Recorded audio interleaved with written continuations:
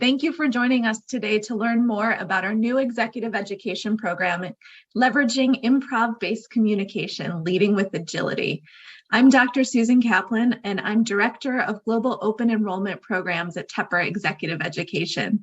And I'm excited to be joined today by Dr. Beth Walter, who is an Assistant Teaching Professor of Business Communications at Tepper. She's been deeply involved with the development of a lot of our communications programs in executive education. She also consults with many organizations on their business communications plans, as well as with individual leaders on their executive presence. So I'm excited to introduce you to Beth. Thank you, Susan. As Susan mentioned, I teach management communication and strategic leadership courses here at the Tepper School, in addition to consulting with businesses outside of Tepper. Formerly, I was the artistic director of Spotlight Theater in Pittsburgh, and while I was there, I had the wonderful opportunity to work with young artists, singers, dancers, actors from all over the United States. And now, what I really enjoy doing is blending my artistic background with my business communication expertise to facilitate educational programs for corporate executives. Thank you, Beth. And I know this program may kind of stand out in our catalog as a bit unusual, since it combines kind of your artistic background and improvisational theater along with business acumen and communication. So tell us, what is improv-based communication all about? And what is the improv mindset? Well, yes. So improv-based communication engages participants in group activities that help them to fine-tune their interpersonal skills, to develop their personal leadership style, and to facilitate their ability to work with teams in collaborative situations. This program recognizes that as the world shifts, so should leaders. And I think one of the best ways to think about this is in the context of something that a former Harvard Business School dean has said recently. He said, great leaders are defined less by their enduring character and much more by their ability to recognize and adapt to the opportunities that are created by a particular moment. And so in that spirit, this program is designed to sharpen participants' ability to react, to adapt, and to communicate in real time. So as you asked, Susan, about the improv mindset, and the improv mindset is really the foundation of this program. This is a mindset that comes directly from improvisational theater, where you see a troupe of actors get on a stage. They don't know what's going to happen on stage. The audience gives them a suggestion of a place or a time or a situation, and then they create something together. We use a similar mindset to fine-tune those skills that I just talked about.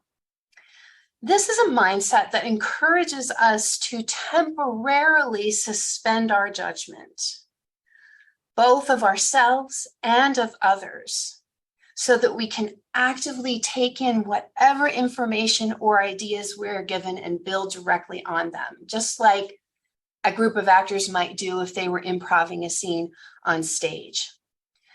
When we adopt an improv mindset, we can practice things like being in the moment, embracing the unexpected, and unleashing creativity. So instead of blocking individual perspectives or staying within our own silos or clinging to our own personal biases, we can begin to open gateways to communication and creative problem solving. Now, it's important to remember, though, that when we take this kind of mindset into the workplace, we're not saying that we're going to just abandon all critical thinking or start agreeing with everybody on everything. But we do want to create space for ideas to sit and linger. And we want to be able to listen empathetically. And we want to be able to connect with others in ways that we might otherwise not if we don't take this kind of open and creative mindset. I love that. And I love your framing of react, adapt, and communicate. I wrote that down. Those are really great action-oriented words for leaders to remember. For sure. I really think that that's the framework that we're striving for when we want to develop improvisational skills in the workplace, is that ability to react to things in the moment and adapt in real time and then respond in ways that our stakeholders need us to respond. Absolutely. You've already talked a little bit about how improv can complement those leadership tools and leadership skills that we use in business. Can you talk a little bit more about the connection between leadership and improv and how improv helps develop more agile leaders? Absolutely. I think this is a really important question, Susan. And, organizational change has always been challenging, but today's leaders have to manage change at a much faster rate and a much steeper incline than ever before. And so, what that really means is that leaders' abilities to be flexible, to process on the fly, and to create space for others to contribute are now so much more important than ever. And we see this reflected in a study published in last month's issue of Harvard Business Review. In this study, they examined over 5,000 C-suite job descriptions to determine which skills matter the most. And the significant insight from this study is this: over the past decade, companies have redefined the role of C-suite executives in ways that have prioritized social skills over technical know-how. Now, this is not to say that you don't have to have the technical skills and the financial acumen and all of those things. But what has become even more important when we look at the job descriptions over the past 10 years or so is ability to essentially work well with people. And you might be observing this trend in your own experience, but it's important for us to understand why this is the trend, and so that we know why it's so important for us to respond in ways that help our leaders develop these kinds of skills. And I think largely the trend has to do with the fact that companies have increasingly complex operations. They rely much more heavily on technology. There's greater workforce diversity, and there's more public accountability for corporate behavior than ever. What this means is that leading under those kinds of circumstances requires superior listening and communication skills and an ability to relate well to multiple stakeholders, sometimes in the moment. And so business improv is a way in which people can develop and practice those all-important social skills. Sometimes when we mention improv in the same context as business, people think improv's all about comedy. And I'm not trying to be a funny man when I'm talking to my clients, or I'm not trying to be, the life of the party. Well, comedy improv is one type of improv, but business improv is another type of improv that's quite serious, actually, and it's about getting serious results, doing things like developing a higher level of self-awareness, an ability to listen deeply and communicate, ability to infer how others are thinking and feeling, and a capacity for working with diverse people and groups. And so we do that by focusing on encountering the unexpected in the exercises and responding, reacting, adapting, and communicating in the context of that, and in the context of working in groups.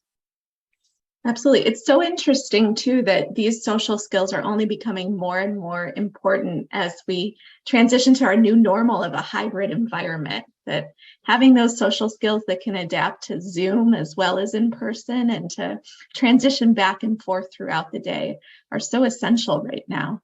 Absolutely. And just that element of being able to adapt the way that you communicate, the way that you present yourself based on the medium that you're using. Improvisation, it's an element of being able to improvise, if you will, if you're moving from an in-person meeting to a virtual meeting. Absolutely. So as a result of participating in this executive education program, what kind of skills will our participants walk away with, and how will they transfer to that workplace environment? Yeah, sure. Such an important question. Participants will walk away from this program with tools that they can use to develop in sort of three areas. One area is personal leadership style and ability to be situationally aware and self-aware, and have a heightened sense of how their own energy and attitude and communication style affects the people around them. So that's one level. The other level of skill is interpersonal. How you are interacting with others, how you're able to create space for more voices to be heard, and how you're able to model inclusivity when you're at the workplace. The third area is in this area of co-creation and collaboration and working in teams.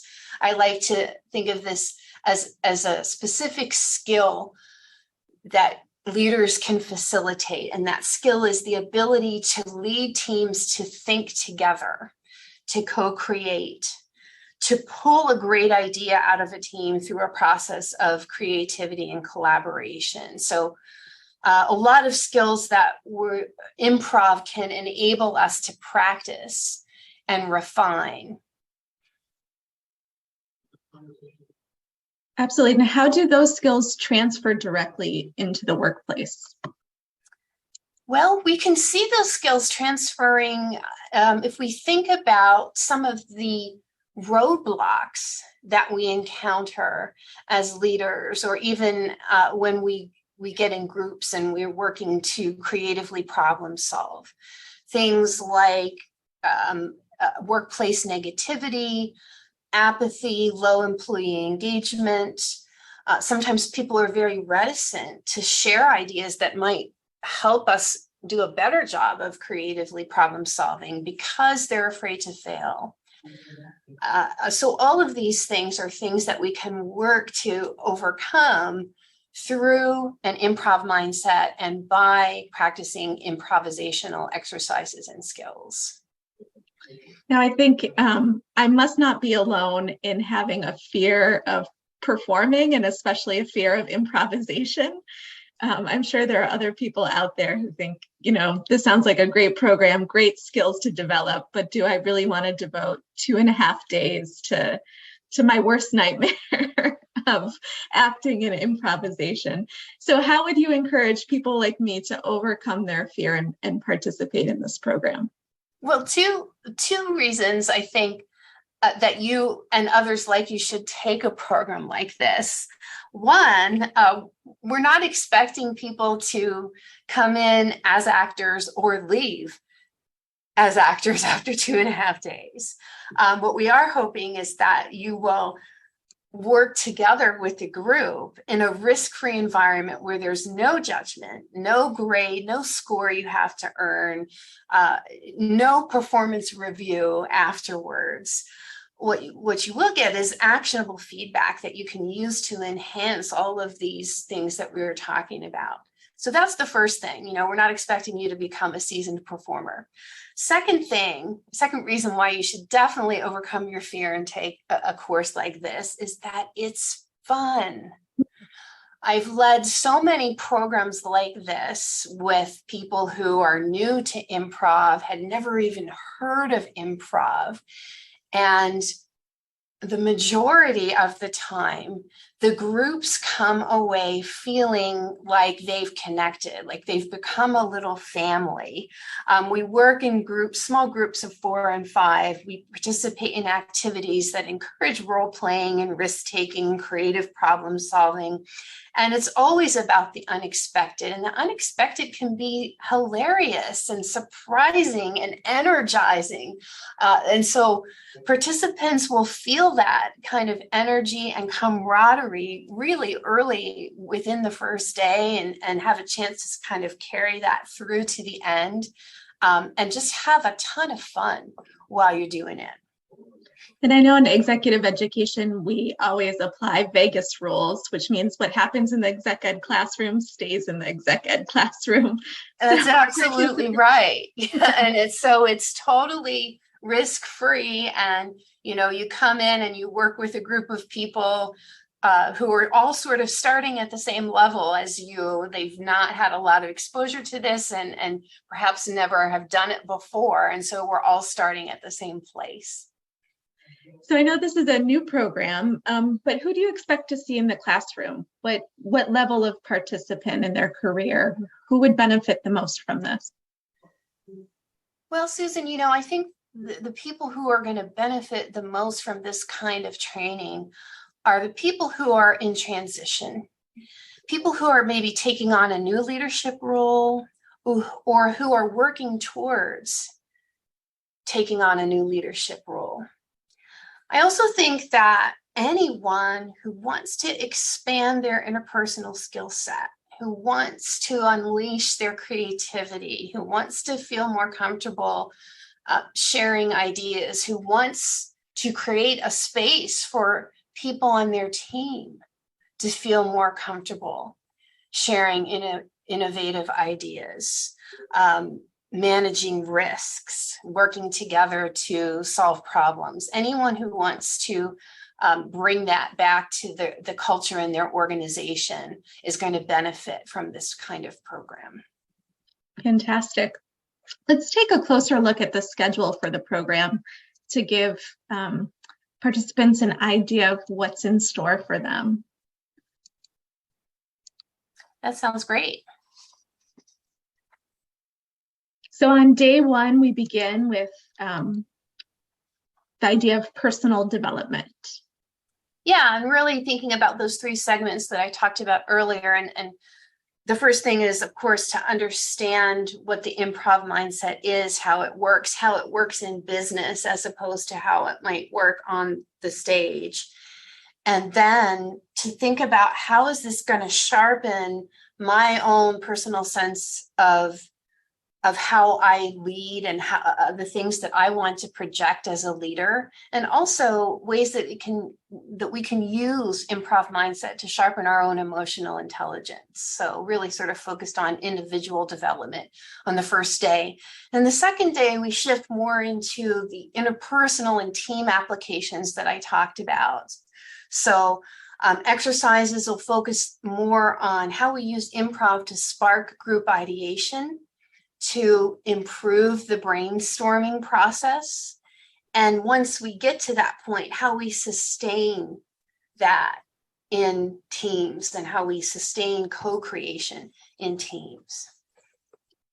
From there, we move to day 3, which is much more performative, where we sort of think back to the things we've done in the first 2 days and think about what things we need to practice and really perform and solicit feedback from within the group.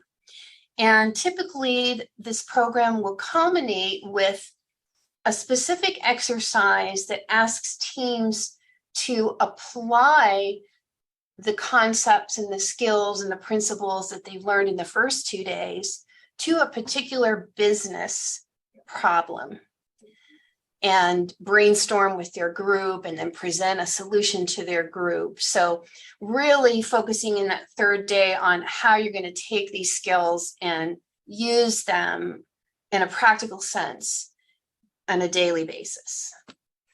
That's great. I love that ending on focusing on the practical transformation or application of the program back into the workplace. Well, thank you for that overview. It sounds like a really dynamic, exciting program where you can not only get over your fear of performance, but also really learn some great skills, develop agility, and have a little fun as well. So as we close, I'm just going to put up my contact information. If you have any questions about this program or any of our executive education programs, please do not hesitate to reach out. If you also scan our QR code, that will take you directly to our registration site for this program. And we hope to see you in the classroom this fall. Thanks for joining us.